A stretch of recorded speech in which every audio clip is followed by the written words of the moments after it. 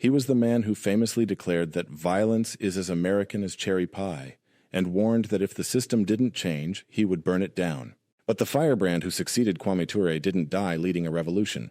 He died in a federal prison cell. Was H. Rapp Brown a murderer, or was he a political prisoner silenced by the very state he fought against?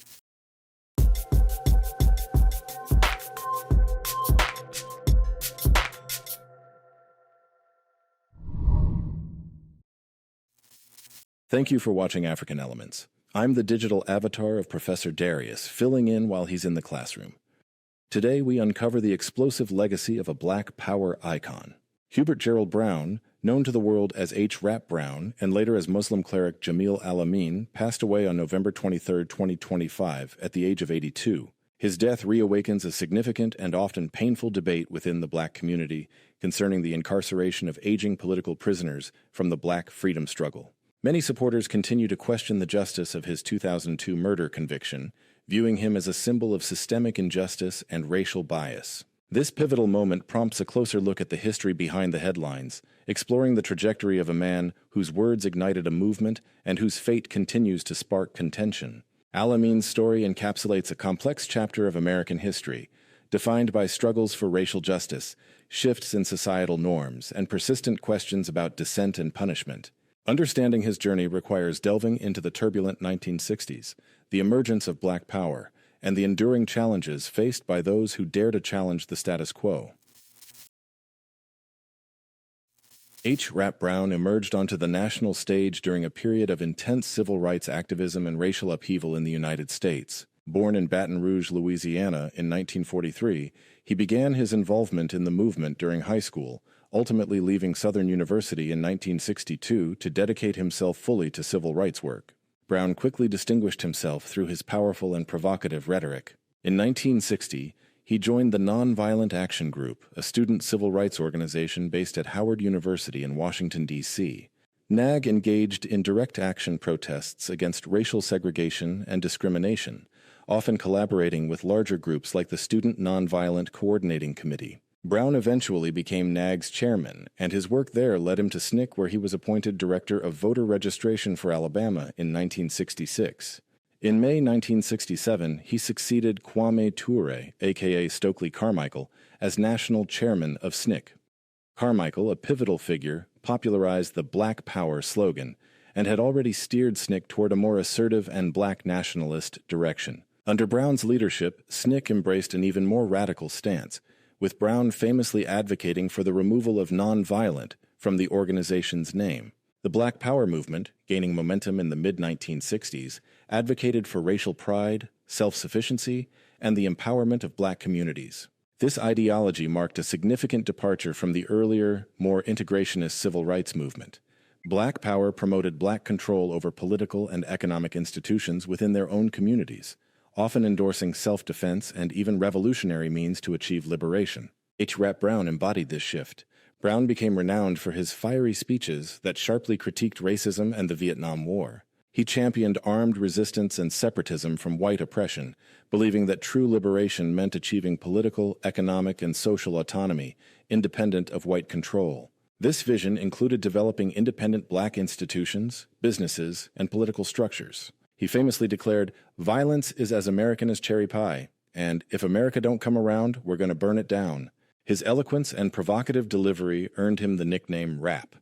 In 1967, he toured the nation, calling for violent resistance against the government, which he referred to as the Fourth Reich, implying systematic oppression akin to Nazi Germany, and urging guerrilla warfare in all the cities. This term encompassed both literal armed self-defense against state-sanctioned violence and broader disruptive tactics aimed at destabilizing existing power structures.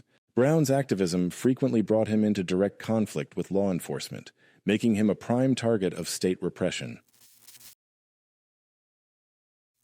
In July 1967, after a speech in Cambridge, Maryland, where he declared, "It's time for Cambridge to explode, baby.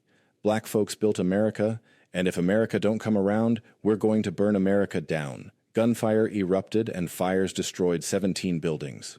Brown was wounded by a deputy sheriff and subsequently charged with inciting a riot and carrying a gun across state lines, although these federal charges were never proven. A historian has argued there was no riot and that Brown was shot without provocation. He became a key target of the FBI's COINTELPRO program, an initiative designed to disrupt and discredit civil rights leaders. A secret 1967 FBI memo explicitly called for his neutralization. In 1968, Congress passed the Rapp Brown Federal Anti-Riot Act, which made it a federal crime to travel interstate with the intent to incite a riot. This act significantly impacted civil rights activism by providing a legal tool to prosecute and suppress leaders, making it more difficult to organize large-scale demonstrations. After disappearing during a firearms trial in 1970, he was placed on the FBI's 10 Most Wanted list. Despite facing intense pressure, Brown briefly served as the Minister of Justice for the Black Panther Party in 1968 during a temporary alliance between SNCC and the Panthers. This alliance, born from shared frustration and a commitment to black power, aimed to unify radical black organizations, combining the grassroots organizing of SNCC with the Panthers' emphasis on armed self-defense and revolutionary ideology. The Black Panther Party, founded in 1966, advocated for black nationalism and revolutionary socialism, famously patrolling black neighborhoods with visible weapons to combat police brutality. However, the alliance was short-lived due to ideological and organizational differences, including the Student Nonviolent Coordinating Committee's discomfort with the Panthers' hierarchical structure and government repression targeting both groups. In 1971, Brown was arrested following a robbery in New York that involved a shootout. He subsequently served a 5-year sentence in Attica Prison from 1971 to 1976. During this imprisonment, a profound spiritual transformation occurred. He converted to Islam and formally changed his name to Jamil Abdullah Al-Amin.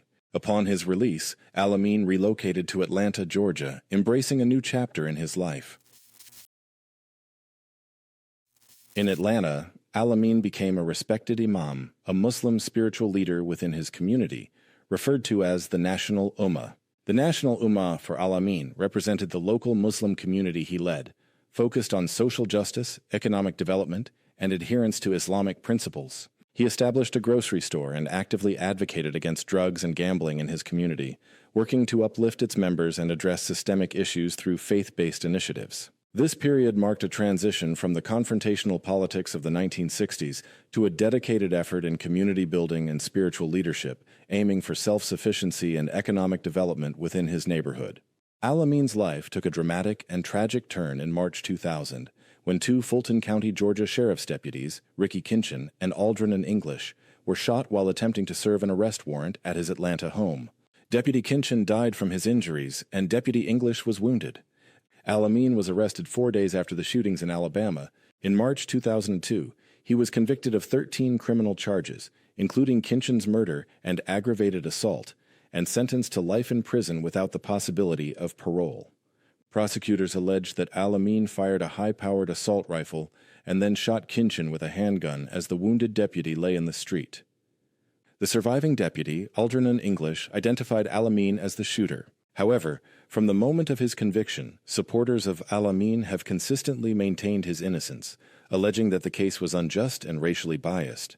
Defense attorneys at his trial suggested he was framed as part of an ongoing government conspiracy dating back to his activist days. Points of contention include Deputy English's initial description of the shooter's eyes as gray, while Al-Amin's are brown. Questions have also been raised about the recovery of weapons near his arrest site, with suggestions they may have been planted. Prominent civil rights leader Andrew Young, known for his roles as an aide to Martin Luther King Jr., U.S. Ambassador to the United Nations, and Mayor of Atlanta, has publicly expressed his belief that Al-Amin was wrongfully convicted. Various advocacy groups, including the Council on American Islamic Relations, the largest Muslim civil liberties and advocacy organization in the U.S., and the Imam Jamil Action Network, have actively campaigned for a new investigation and Al-Amin's release. Despite these efforts, the U.S. Supreme Court declined to review his case in 2020. In May 2025, his attorneys filed an extraordinary motion for a new trial, a rare legal request made after standard appeals, citing newly discovered evidence and constitutional violations. This motion offers a last resort for defendants who believe they have been wrongfully convicted. Jamil Al-Amin died on November 23, 2025, at 82 years old at the Federal Medical Center in Butner, North Carolina, following a prolonged battle with cancer and a period of severe medical decline. His death in federal custody has intensified calls from supporters to clear his name, reigniting the contentious debate over the treatment of aging political prisoners from the Black freedom struggle. The term political prisoner in this context refers to individuals imprisoned for acts stemming from their profound commitment to resisting unjust laws and oppressive social conditions. This perspective posits that such acts, even if defined as criminal by the state, are extensions of a broader fight for human rights and liberation. Historically, movements for Black liberation in the U.S. have faced significant state repression, with mass incarceration often described as a tool to prevent the emergence of effective movements and to disrupt Black communities. This operates by systematically removing a significant portion of the adult male Black population, including activists and community leaders, thereby weakening social and political organizing capabilities and destabilizing families. The observance of Black August, initiated in the California prison system in 1979, serves to honor Black freedom fighters and political prisoners, highlighting prison conditions and advocating for their release. Observances often include studying the history of Black resistance, fasting, and abstaining from intoxicants as a form of discipline and solidarity. The cases of individuals such as Jamil Al-Amin underscore enduring questions about racial bias within the justice system and whether political motivations have influenced prosecutions. Al-Amin's journey, from his militant activism as Rapp Brown to his conviction and death in prison, remains a potent symbol in discussions surrounding political prisoners and the quest for Black liberation. His legacy is a call for reflection on the profound impact of past struggles on contemporary justice and the ongoing fight for true freedom and equity for Black people. If this story moved you, hit that like button, hype this video, and subscribe to African Elements for more stories that center our history, our struggle, and our strength. For as little as $1 a month, you can also join the history makers in our Patreon community and get ad-free videos and exclusive content. You'll find the link in the description below. To continue the journey, check out this video here, because understanding our past is about more than looking back. It's about honoring the unbreakable bonds that brought us here.